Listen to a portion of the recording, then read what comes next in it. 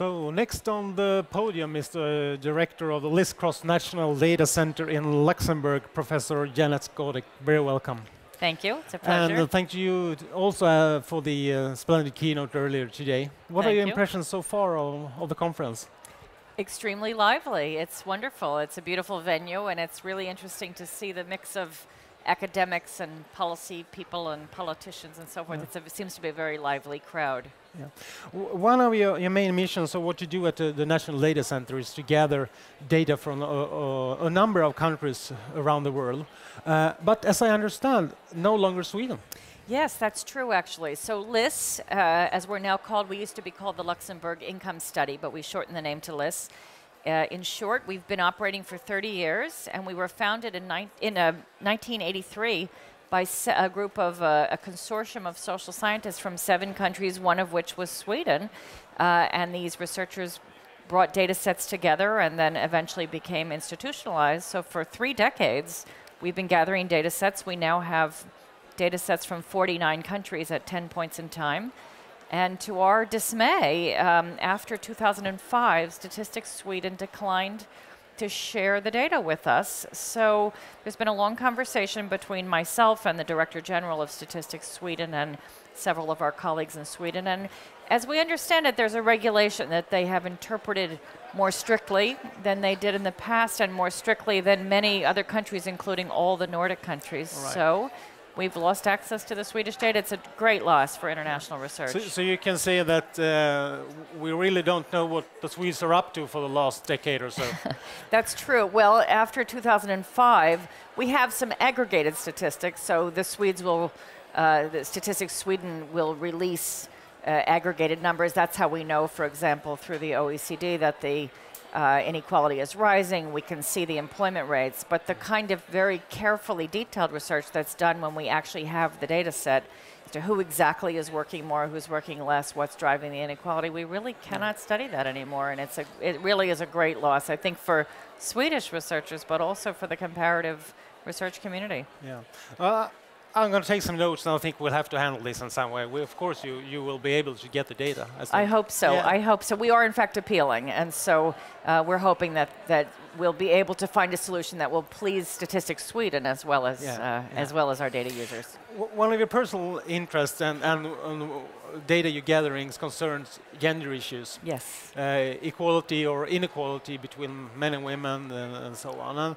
And for us in Sweden, we have a perception of how equal we are, but how do the scientific society and other countries look at Sweden? How do they perceive Sweden in those terms?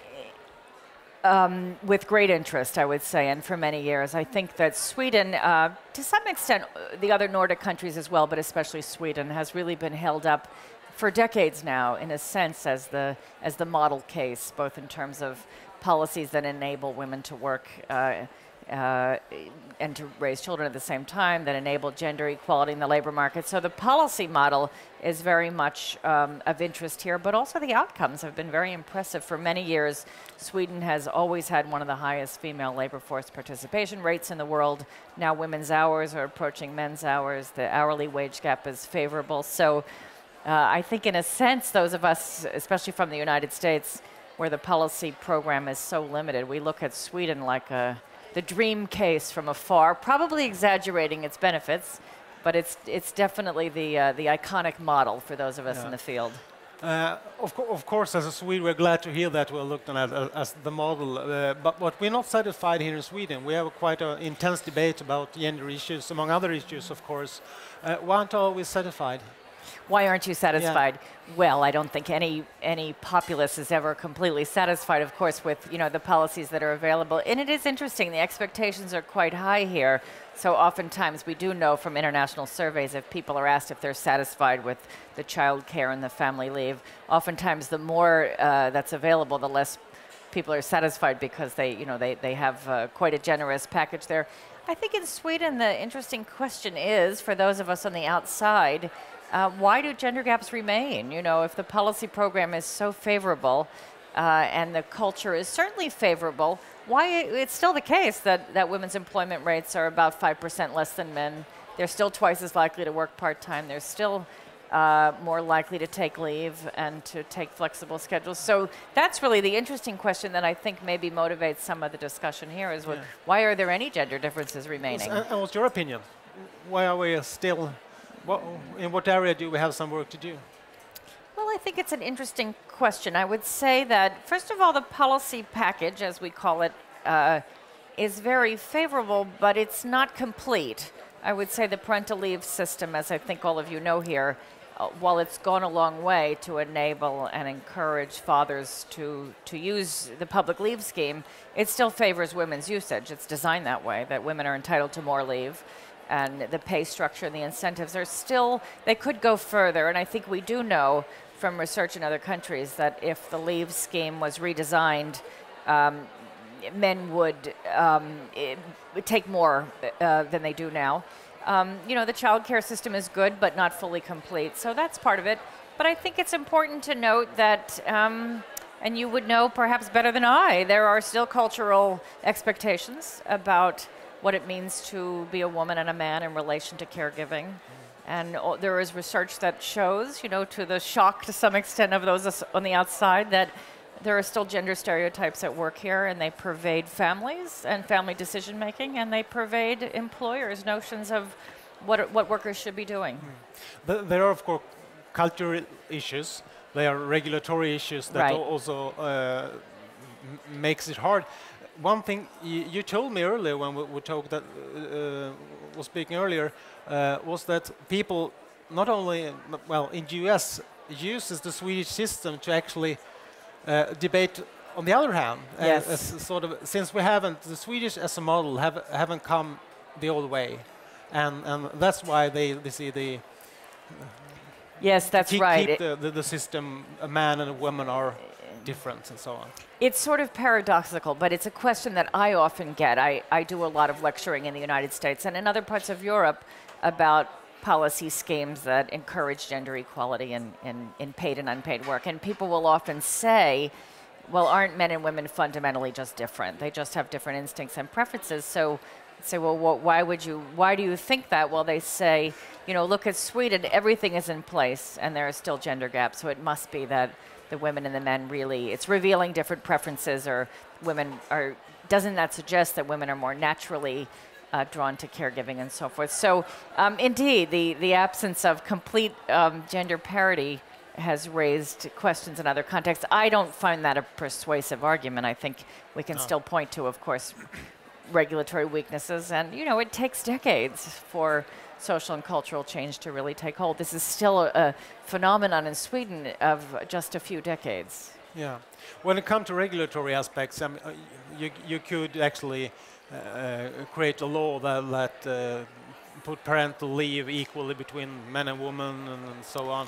But when it comes to cultural aspects, you have quite another work to be done. Yes. Well, they're related as well, as I'm sure you know, that a lot of research has shown that the public policy scheme that's in place shapes people's attitudes. And it's actually interesting. There's been some sociological research where people are asked, is working mothers harmful to children? And in countries where women are less likely to work for pay, people are more likely to say that. But it's also the case where the childcare system is very poor. People are more negative about maternal employment. So the public policies shift the attitudes push towards the policy completion. And where should we start then? Where should you start?